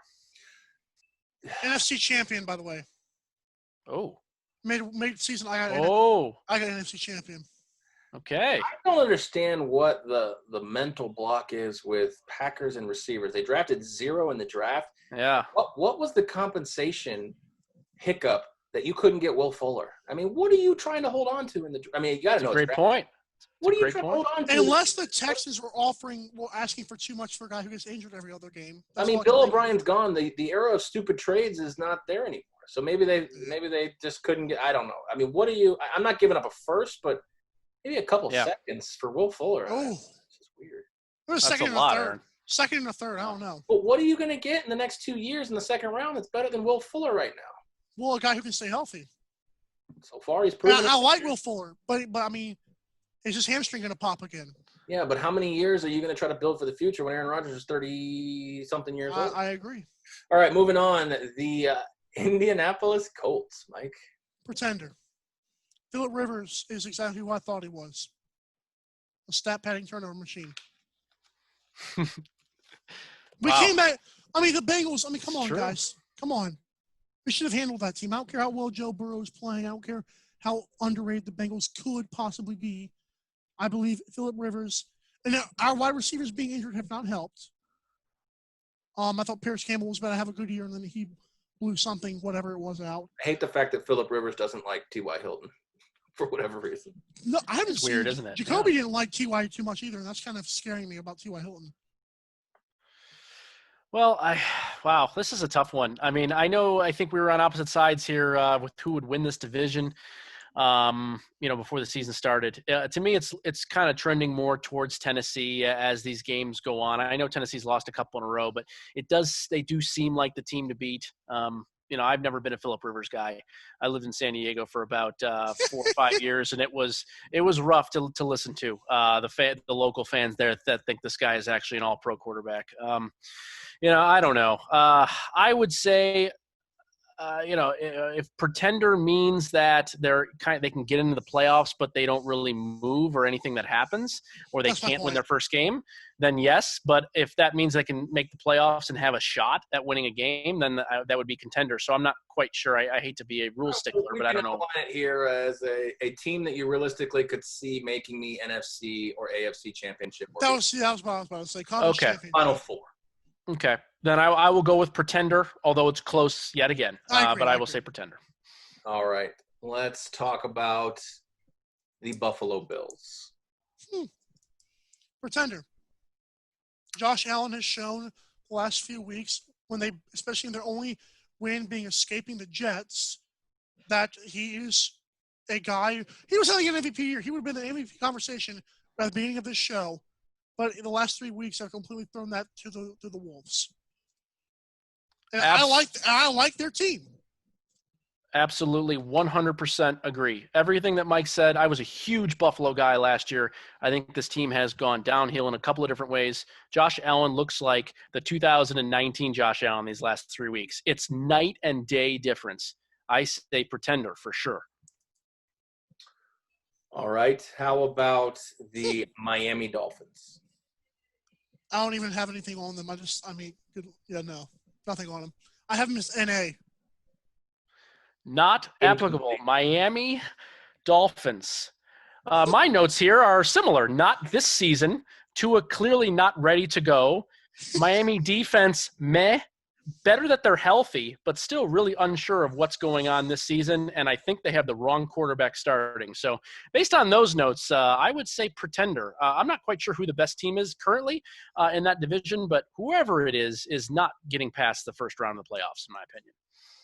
Yeah, I do wonder if at some point Fitzpatrick does get back in there. I mean, obviously Yes. an injury would do the trick, but I wonder if, say Tua accidentally wins another game and somehow they're like 5-4 here in the middle of November and they're just not getting it done. I mean, could see some Fitz magic happen again. Yeah, I agree. I totally agree with you. If there's the playoff chances there and they think this might be the better quarterback, I think he might make a switch. I agree. The problem is I actually root for both of these guys. Like, he's the only Alabama player in history I've actually wow, I like this guy as a person too. But I just feel like it was way too early. Fitzpatrick was playing too well. Yeah, and that's the thing. And I don't know who says this all the time, but I say this all the time. You can like a player as a person, but not like him as a player. So please disconnect that. Anybody who's doing podcasts, doing talk, TV, radio, or just having conversations, Tua Tagovailoa, you cannot dislike the guy as a person. There's nothing to say that. But as a quarterback, he may be great. He's just, like you said, not ready yet. So, all right, so let's move forward to this one to be interesting here. Tony, I'll let you start this off because I think I want to hear your objective opinion on this. The Arizona Cardinals. Oh, hitting me below the belt. I like it. What a surprise defense so far this season. That has been the biggest thing that has caught me off guard. And you know what? Sometimes we got to get caught off guard. You have to right yourself and figure out a way. And I have changed my thought a little bit on Arizona. While I'm not necessarily sure this is a contending as part of this discussion, I know is, can this team get to a championship game, an NFC championship game? I don't think so. I'm impressed with their road games this year. They're 3-1 on the road, and they have played great football. That win against Seattle was fantastic. It was absolutely fantastic. And while Seattle may have given away the game a little bit, you still have to give Arizona credit where they were. I just am not sure that this head coach, I cannot trust this head coach to make the right decisions in game. I still don't think that taking away the X's and O's and prepping an offense he's great at, But everything else and handling a ball club we haven't seen in the nitty-gritty, we haven't seen late in the season, Yeah. we haven't seen what can happen to teams. And to me, it's just a guy that I don't want to be on the Kingsbury train when this thing could come off the rails. It's just not a spot I want to be. He's a coach I would definitely not want to be backing. So I'll say pretender, although I am humbled and impressed by this defense. I would say future contender, but pretender for Yeah. now. Like I put like you're gonna like my 49ers one, but for now, my other label is future contender. But obviously that means pretender now. All right. How about the Tampa Bay Buccaneers? Who wants to start? You can go. Okay. Go ahead, Mike. Contender, but not because of Tom Brady. Contender because Please don't They- say the defense. they have no. This team is set up. Antonio Brown just put them over the top to me. If anybody saw what Antonio Brown has done, even with Tom Brady last year, it was like this guy can play. Like he's an amazing receiver. He's a future Hall of Famer. That's. I mean, Well, your layoff is really. Well, big. Yeah. Gronkowski doesn't look like a future Hall of Famer right now, but He looks great lately. He's got also some- ancient. He's 30-something. I mean, come on. But he also Yeah. looked great lately. He had 3 straight games with a touchdown. Actually, 4. He scored last night. yeah. I believe they're contenders because the team around them, it's impossible to lose. If Tom Brady has a pulse, just like I said with Philip Rivers to start the season with their Colts, if he could play well, yeah, sure, Colts would be really good, but you see how that's sailed. I think Tom Brady has little room for error. Like Buccaneers should be fine, and they should meet the NFC Championship with the Packers, and then Packers will make their revenge. I'm not a big fan of the Antonio Brown signing. I don't really think it was a need at all. To me, I don't know how much better you can really be at that position Yeah. and what the point was. And things could potentially blow up. It's just why put a wrinkle, in when you don't need to? I thought this offense was getting significantly better. Look at how this team played against New Orleans early on in week 1 and how they look now in these last couple of games. I mean, this team has gotten significantly better on that side of the ball. And while, the point I think Aaron was kind of made earlier was, their defense has certainly significantly improved from last season. While I do think that there are still some spots where they can, have some issues, certainly at the outside linebacker position. When a running back, now it's been rare, but when a running back has gotten through the line, they do have some issues tackling in that second level. But still, I mean, overall, in regards to what we saw last season to this season, this might be maybe the most improved defense in the entire NFL. Really impressive stuff, especially from an offensive head coach. You wouldn't necessarily expect that. So, to me, it's a contender. I think it's one of the better teams in the NFC. Certainly, a decent chance to at least get to the championship game. I'm not quite sure who the better team is between them and New Orleans. I'm not a big fan of New Orleans. I think New Orleans is still a little bit overvalued here, but we'll see when they get some of their guys back, especially the receivers. But I certainly think Tampa Bay has a decent chance to win this division and go much more beyond that, at least in the championship game. They're stacking the deck right now. That's what they're doing with Antonio Brown. Yeah, but that's you got to think that's high risk, low reward with Godwin, Evans, and I think Scotty Miller's fine too. So Shout out Skip Bayless. He likes Scotty Miller before the season. I like Scotty Miller. I don't like Skip Bayless, but I like Scotty Miller. Same. All right, fine, Tony. We'll put you on right on the spot here. The Saints. Wow, this is probably the toughest one out of all of them. I'll say pretender here because I do think that they're slightly the worst team between these two in this division. So if I have to take a division winner at this point, I'll probably take Tampa Bay. And then that leaves New Orleans in this kind of odd position. It's a quarterback that can't move the ball down the field. I know this has finally been talked about this season. Nobody wanted to talk about it last year, even coming into the season. Everything is, Drew Brees is a great Hall of Famer. Everything's fine. Credit to you, sir. You've been talking about this for almost 2 years. I have. And so finally we're there. We know what our limitations are. We know what's going on. This is the team that's just barely getting by Carolina at home, barely getting by a hapless Chicago offense on the road. Albeit the weather was terrible, but they had the much better team on the field. I mean, anybody who watched that game, that was night and day. You cannot let Chicago hang around in that game. That is just inexcusable stuff. So too much of this going on, too much of these close games, barely winning. They should have lost to the Chargers at home on Monday night. Despicable performance. I think that's too many of those for a contender. So I think this is a definite pretender here. I just don't think they can get very far, even if they do get to the playoffs. I gotta go contender, but only because I don't want to say pretender because I'm not. I'm banking on the Packers and the Buccaneers in the NFC Championship game. Mike, I'm you're taking saying- liberties with the game, sir. But I believe the Saints are a very close third team that could be there besides one of the two teams I mentioned. And you know what? Just because you have two teams predicted in doesn't mean these other teams can't. I mean, you could see the NFL is That's what I mean. completely unpredictable. So, I mean, it's okay to have New Orleans as a contender. Nobody's judging you, Mike, for I that. only have 5 contenders, 5.5 contenders. All right. Well, then, Mike, we'll put you on the spot here with a one I think I'm curious to see how you feel. The Las Vegas Raiders. Oh God.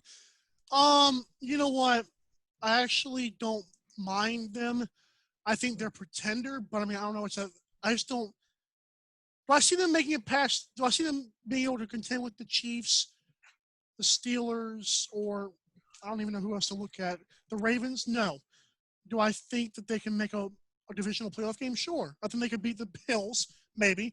I think they could beat what's the other AFC team? I mean, they could beat the Titans, maybe. I just believe that they're not good enough yet. But Derek Carr has been really good, and I like what they're building. I like them at the beginning of the season. I think they're doing okay, but they're still a pretender to me. A very good pretender.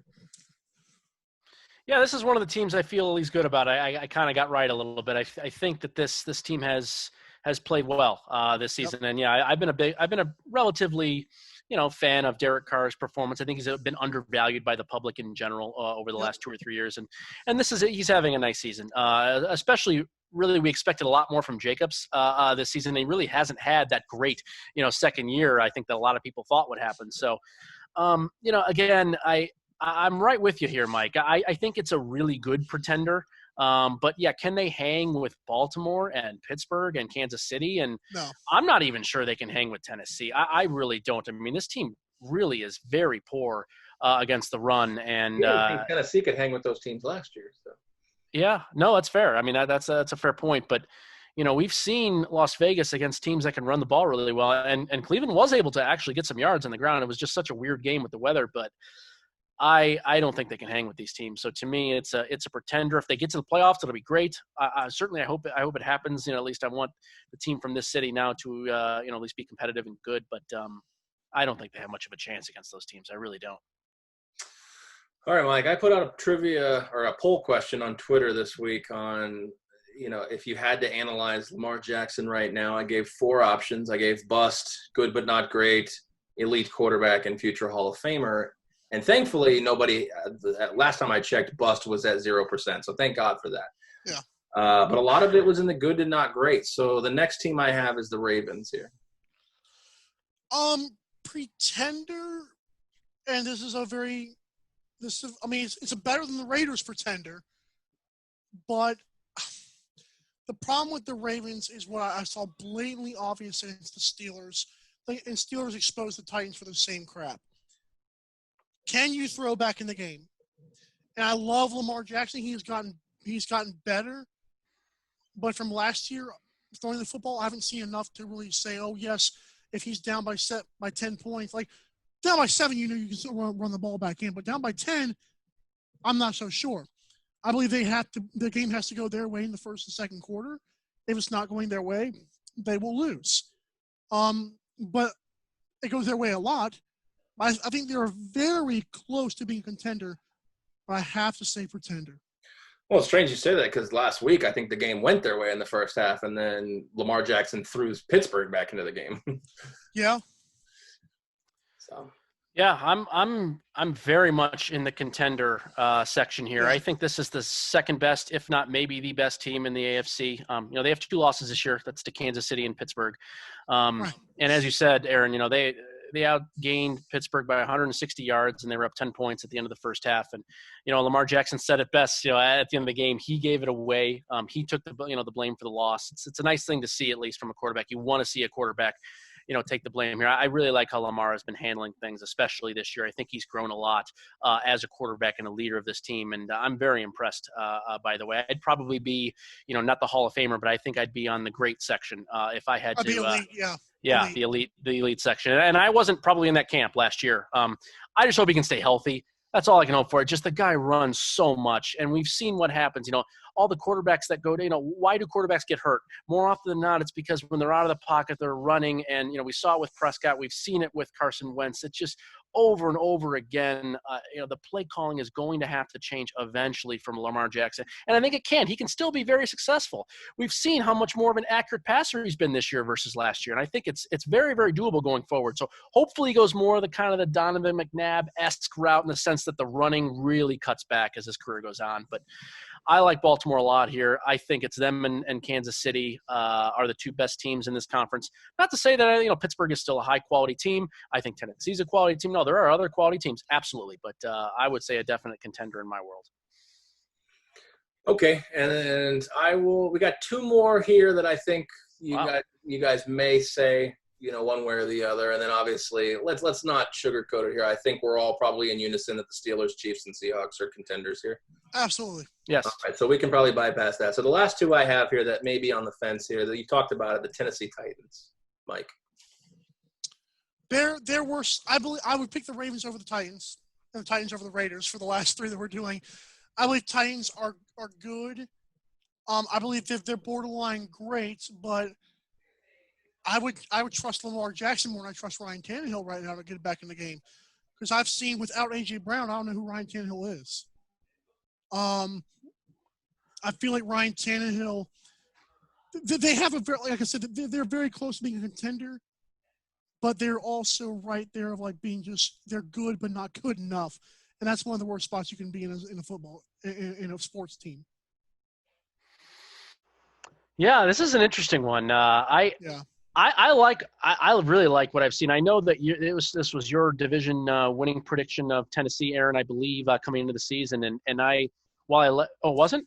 Who was? Oh, was it Mike? I thought you did. Well, yeah, I did, but I wasn't that confident in it. It was one of those. I thought it was close with Indy. I think I slightly took. I'm sorry. I had the Colts, but I think I had the Titans very close, though. I think realistically, this was a 2-horse race. You could be okay with. Fair enough. That's fair. Yeah. No, I've just been very impressed. I kind of disagree with you, Mike. I actually think Tannehill has been pretty high quality here, even without AJ Brown. I mean, again, I think he's a fantastic receiver, but he's worked really well with what he's had, I think, this entire season. And you can't really blame him for the defense giving up, 30 and change to Jacksonville and really having a rough start to the season. I think he's played extremely well, and I'm incredibly impressed, as always, with the coaching staff, with how well prepared this team is week in and week out. It's a fantastic ball club, I think, top to bottom. There was this talk of Derrick Henry, finally slowing down, or you got this big contract and what's going to happen. But Derrick Henry is the same damn player he was last year. He's running over people. He trucks guys on a gamely basis. I love it. I absolutely love this team. I like what they're about. I like the mentality they have. I think it's a club that can contend. Again, as you said, it's just a contender. Can you see them getting to the championship game? As you said, and I can. We couldn't really see it last year, and yet there they were with, they had a chance going into that game. They certainly had a chance. They were winning at one point. And, is it possible again? Can they go into Baltimore and win another playoff game? Everyone's going to probably say no if it comes up, but why not? I mean, why not? Yeah. That was a dominant performance last year. That wasn't just a win. That was a thrashing. And I just don't want to. I am not going to count out Mike Vrabel. I'm not going to do it. There's a small handful of head coaches I don't count out. He has become one of those small handful. He just is. I think the guy's elite and great. Tony, I have a question for you. Yes. Do you believe the Titans are going to go further than they did last year? Like, have you changed, like, with the way the Chiefs, Steelers, and Ravens look? Do you believe the Titans would go further or about stay the same? That means they'd have to get to the Super Bowl. Yeah. But I'm staying the same. I don't believe they've taken a step forward. I believe they're still good, but they're not great. I think together 3 good weeks of football, they can be in the Super Bowl just as much as Kansas City could. Fair. Yeah, it's and there's still so much to be played. We haven't even talked. There could be an injury factor coming down the stretch. It's tough to say. They're not tied as much to the quarterback position, at least, as some of these other teams. While they may be more tied to the running back position, funny enough, like in the 1990s style, but they're also not tied to that quarterback position. Now, Tannehill's been a fantastic player this year. There's no doubt about it. But the drop off, there compared to a Mahomes injury, a Lamar Jackson injury, maybe even a Ben Roethlisberger injury. I just don't think. Roethlisberger was definitely flexing the elbow again. They had to massage it after it hit. Right, and what happens interesting. if Roethlisberger gets hurt? I mean, how much worse is Pittsburgh? I don't know. We don't know. So Yeah. I wouldn't say they could be, go further necessarily than last year, but certainly just at least in the contending section, Mike. Yeah, I think that's fair. they could certainly get to where they were last year. Ben Roethlisberger goes down. Can Mason Rudolph guide this undefeated team? I mean, he Heck won't be no. undefeated, but I mean, remember the debacle last year and they were still, 8-8? I mean. I know. It's a great question. Yeah, it's something I just don't know. Yeah, we don't know. Because, I mean, let me ask you this. Who's the Titans' backup quarterback? Exactly. I don't remember. I heard this on a Mariota is podcast. backup. I heard this on a podcast recently. I don't know where, but I feel like I've. It's Logan Woodside. Well, that's right, Logan Woodside. I got Oh, my it. I goodness. heard that. Exactly. We don't feel good about that. So, yes, I agree. They would probably be more tied to the running backs than they would the quarterbacks, but losing Ryan Tannehill would be devastating to that franchise. All right, and the last one I have here on the fence, Tony, I'll let you start this one, and that's the Los Angeles Rams. Well, I mean, this would be sad if I went from I thought they were a definite contender before the season started to, if I had to flip this quickly, especially after the team has really, started out the year, I think, relatively nicely, really laid an egg in that San Francisco game a couple of weeks back. But I think righted the ship last week against the Bears and, we just had a series of unfortunate circumstances against Miami. Obviously, great teams don't do that. I understand that. I get that. But I would still – I'm still going to go the contender route just because I really love the defense, and Sean McVay is one of those handful of coaches that I am not going to count out and I don't like to bet against because he always is coming up with something that's great. He's always coming up with a great game plan in specific spots, and he's just getting better and better as he gets older. He's still a 35-year-old, 34-year-old head coach. It's a team I like to back, especially in spots when they're underdogs, when they're in difficult road positions. I like to be on this team. So, I would say contender. Do I think they're as good as maybe some of these other top-end NFC teams? Are they as good as Tampa Bay? I don't know. I'm not really sure. Maybe not. But they certainly have a chance. I think they have a chance along with Seattle. I'd put Seattle, as we talked about, obviously in a contender spot. And, while their offense certainly will not rival what Russell Wilson can do there, that defensive play is fantastic. And not only everyone talks about Aaron Donald and how good the D-line is, it's the secondary to me that really is elite. And Darius Williams, I know I talked about on that early podcast coming into the season what a lot of people didn't really know about, but this guy is a fantastic player. He's becoming one of the best, if not the best corner, maybe on that team, unbelievably. I know nobody really wants to admit it with Jalen Ramsey there, but my goodness, this guy's a good player. So No. I like the Rams. Tony, let me ask you a question. All things being equal, they line up 10 times on a neutral field. Who's better, Arizona or the Rams? Oh, I'm going to take the Rams for sure. Rams. I think the head coaching difference is massive. So if I get 10 games at it, I know that head coach will outright win one of them, in a tough spot down the stretch. And I think he's good for a few points at least in that matchup. I feel like if I've had to put it, I think that I would 7.5 would be the over-under of how many games the Rams would get in a 10-game series. Oh, yeah, that's healthy. Wow. I would say 7, but because I like Kyler Murray, but I would say Rams would win that game 70% of the time. Neutral field. Yep. What are your thoughts on LA, Mike? I mean, I'm not like super are they better than the Buccaneers? No, they're not. But could they make a surprise in the playoffs? Sure. I would lean pretender, but Sean McVay has definitely saved he and Jared Goff's jobs this year. So I'm impressed, but I'm not I don't expect anything from them this year because I feel like they're doing well. But when they get to the playoffs, I feel they're going to run into a bunch of good teams. All right, that's fair. And that's our contenders and pretenders. You guys will look back on that probably at the end of the year and see how we did. Like you said, like it's who had Tennessee coming out of left field last year. So it's like you said, a lot of football left to be played. Yep. All right, the eighth and final thing we're going to talk about, and then we've got a special thing at the end because we just love Mike when he comes on the show. We're going to look at Tony Johnson's futures bets. As you know, or if you don't know, Tony Johnson is a professional gambler, and let's kind of trail him to see how the year's going for you. Now, I'll basically set this up for you. You're going to read each futures bet you have, whether it's a win total, a player, whatever you got there. We'll talk about how it's going, and then you can finish it up with how you feel about the outlook of whether you believe you have a chance of cashing that bet, whether you're going to cash that bet, or whether you've maybe already torn that ticket up. Fair enough. Let's start with the season wins. So there were 6 of those. I know we had fun doing those on that first podcast, but we'll start with the one that I think is the ugliest, and that is Arizona. Under 7.5, currently 5-2 on the season.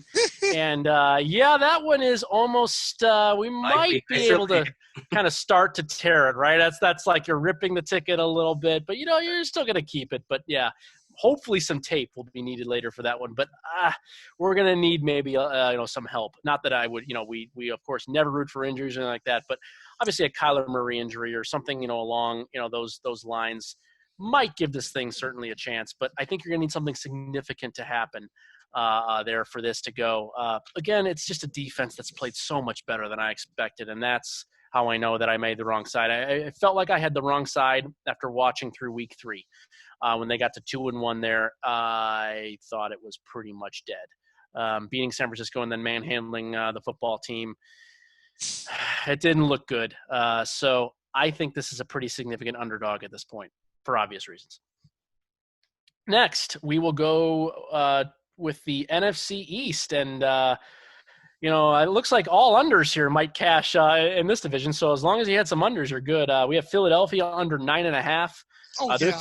They're 3-4-1. They would need to, I think, win every game, but I think they have to go something and 1 in order for that one to miss. So that one's clearly, I think, pretty much good there. That tie really helped. I thought that tie was significant. That Cincinnati game, I really felt really good about that. Shout out Token. There you go. Absolutely. Philly under 9.5 is good. And then the one that I think I took a lot of flack for, not on the show that we had, but when I discussed it with other people, there were some people that were actually not necessarily high in the team, but they thought the AFC East was going to be a battleground. And that's the New York Jets under 7.5. Ooh. I wish this had been the biggest one I had made. In fact, it's actually one of the smaller wagers. So that's a little bit unfortunate there, but obviously an 0-8 block. Yeah, 0-8 start. The next thing. Right. They got to go 8-0 for that one. So obviously that's fantastic to have the Jets that are under. It's as good as you could have it, of course. So we're very pleased there. Houston under 7.5. 1-6 start. Really really pleased about that. So was really hoping that the Bill O'Brien debacle would really blow up. Didn't think he'd be fired at this point, obviously, but certainly that's a big bonus there. Here's one I'm very frustrated with. I'm not going to lie to you. I'm frustrated with this one. Denver under 7.5. Currently 3-4. I absolutely hate this team. I've hated this team since I was 10. There's just something about this organization I don't like. I've never liked the Bolin family. I've never liked the head coaches. I've never liked anything about that. I don't like the city very much. There is nothing about this team I like. Every time I feel like they can come together and play well and actually have a defense, and it's a team I might want to bet on, they just completely shit the bed. They give up 30-something points, and they're never in the game. And then there's another spot where, we should really run all over these guys, and this team hasn't looked very good. They have all these injuries. And they hang in there against Tennessee on, the first game on Monday night, and they do all this stupid crap. They come from 16 back last week against the hapless Justin Herbert who can't hold a lead. And, I'm frustrated. Now it's Justin Herbert's fault. I'm throwing blame everywhere. I don't care. I'm very upset about it. And, can they still get there under 7.5? Yeah, I actually think they're probably a favorite to not get to 8 wins, but I'm frustrated because they have a chance. And I don't know what to make of this. I don't know. I don't like Drew Lock. I don't like anybody, but I don't know what to do. So the next one, though, I think is pretty good. Jacksonville under 5. Still very pleased that it's at 5 and not 4.5. Really, really proud of that 5. That's about the thing. I don't get proud of a lot of these things, but I really worked for that 5. Absolutely. So 1-6 start. So can't really be mad here. Doug Marrone is kind of trying to pull out all the stops and figure out a way to save his job. It's probably not possible, but yeah, so the season win bets really went well overall so far. Obviously still a long way to go, of course, but I feel pretty good about that. Here's where things get a little bit dicey. Made 2 teams to win their division. We got a great one here. Minnesota to win the North at plus 160. Yeah, again, we're not going to tear it up quite yet. That was a must-win game, absolutely 100% last week. Glad they did it. Got a chance now with tiebreaker potential here with Green Bay, now only 3 games back. You never know, but obviously a ticket that we don't really like. I think they're still like 25 to 1 to win the division if you wanted to bet on it right now. So, yeah, can't feel good about that. Although this one's not bad here. We got the LA Rams to win the West at plus 600. So a 6 to 1 shot on a team that I think is really right up there with Arizona and Seattle. I'm not really sure we could really peg a significant favorite.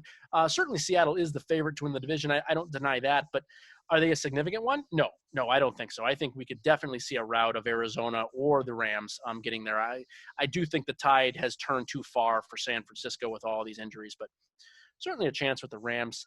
And then a couple Coach of the Year winners. I know, Aaron had 1 or 2 of these as well. Mike Zimmer at 40 to 1. We get that miracle playoff, the miracle run. If they can beat Green Bay and that game against Detroit at the end and somehow squeak in, maybe even win a division and get a little help from Green Bay falling on their ass here in the last 5 or 6 weeks. Maybe Zimmer comes from behind and wins this award. I don't know, but it doesn't look good. And season firing to Coach of the Year. Why not? And then story. Sean McVay at 40 to 1. I definitely think have a chance here. This is a team that can go on a run. I don't like Jared Goff. I know nobody does. It's not a guy you really want to be backing, but they can win a lot of games without Jared Goff really being an elite player. And I know he seems to have his worst games against the best defenses, and he seems to pick apart he has those worst games against the great defenses and seems to be able to pick apart all the hapless guys. But at some point, hopefully he can step up here and win a big game, and maybe we'll have a shot at that one. And then I made a couple of small futures here. Minnesota to win the Super Bowl at 25 to 1, New England to win the Super Bowl at 40 to 1, and then the Rams to win the Super Bowl at 50 to 1. So, maybe the Rams will have a shot here, but can't say that there's all that much hope there for Minnesota and New England. Yeah, that's fair. But like you said, Coach of the Year, maybe you get a little ball rolling here. How great would that be? Coach of the Year, the division, and the Super Bowl title for the Vikings. That would be a good way to go out. Yeah, you guys would absolutely Tell you what, I'll let you buy me a steak. There will be some steaks bought for sure if that goes down. So yeah, I mean, I feel pretty good about this. Obviously the majority of the wagers are on the season win bets, which are the more likely guys to win, and there's much less juice being taken in those. So at least where the majority of it are on some of the better bets. I feel good. I feel good about it. I'm pleased. I don't like how I handicapped Arizona at all. I should have seen the defense being better. Certainly I'm with you, Mike. I like Kyler Murray a lot. It wasn't a knock on Kyler Murray here. Yeah. It was more a knock on the head coach, and I didn't think the defense would get that much better, and I was dead wrong on that. So you've been on Kyler Murray since day one, I think. Yeah. I like Kyler a lot. I just didn't think they could get. Especially, I thought this division would be, and the division is great. That's the thing. I was right. The division was good, but yet this team, they're a part of it. So, you have to get back to the drawing board and try to figure it out. And I know where I made my mistakes, and gotta learn from it and move forward. Absolutely. All right, there you go. There you have it. We'll have to keep tabs on those, and obviously at the end we'll see how they grade it out. See if we're taking them to the window, or as Token Tony likes to say, light them on fire. Or to the wall. All right, Mike, since we probably won't see you for the Week 9 show. Oh, the 5. We would like to have your Blazing 5 of the week but I'll let you tell it. Okay, so, Aaron, how many, on you guys' Blazing 5, how many games have you gotten right through 8 weeks? Here it is. 13 games right through 8 weeks. All right. Through 3 weeks. And 27? I don't know what it is, but it's 13. So You're lucky this is an audio podcast. Oh, Mike, you are awesome, man. So through week 6, 7, and 8, it's kind of sad I didn't get to air these picks on your show last week because I went 5-0 last week, and that's just 5 rings for like 1 ring for each hand, 1 blazing 5 ring for each hand. You created this monster, Aaron. I'm blaming you for this monster that you. I love it. You. I figured out if I cannot win anything like pick 'em, I'm always good, but I'm not like super great in it. All this blazing 5 thing is my rock and roll. It's fine. Well, you know what? Let me cut you down to size because if you have a 2-3 or a 1-4 week, now let's just say I want to say this to anyone listening off the air. Mike considered selling his picks. Wait, what? That known. Oh yeah. He did. Oh yeah. Considered selling your picks and becoming did. out. So I just want to make that known, just in case there's a 1-4 week this week, because it's really hard to do that, Mike. 3 weeks is all it takes, Aaron. That's all it takes. So, Okay. wait, if we have Vegas Dave, what do we have? Where do you live, Mike? Georgia, What's city? Savannah, Georgia. So we'll have Vegas Dave on one coast and Savannah Mike on the other. This is the 5th corner of the Vegas Squares, baby. All right, fire away. Okay, so this week I'll admit it was tough because I want to first say that the Packers and 49ers being a pick 'em to open, which I know you guys will talk about. COVID is so rude, dude. COVID is so rude because that game was like completely out of the water. But I didn't touch that game. Okay, Houston Texans and Jacksonville Jaguars to go under 50.5. That's what obviously that's what it's a Tuesday night, so that's what the lines are at right now. Maybe I know they're going to change, but that's what I have. Raiders plus 1.5 against the Chargers. Wow. Okay, on the road. Wow, nice. Right. Steelers Cowboys. I got Cowboys plus 13.5. As bad as the Cowboys looked, give them another week to. I don't like this. This is probably my worst one of the week, but. I don't know if the Steelers. I trust the Steelers' offense to just explode, kind of like the Chiefs did against the Jets. And I don't think the Cowboys are the Jets. They're very close to being the Jets pretty soon. They're not there yet. So I would go plus 13.5. I feel like people are getting a little bit trigger happy from all the covers last week.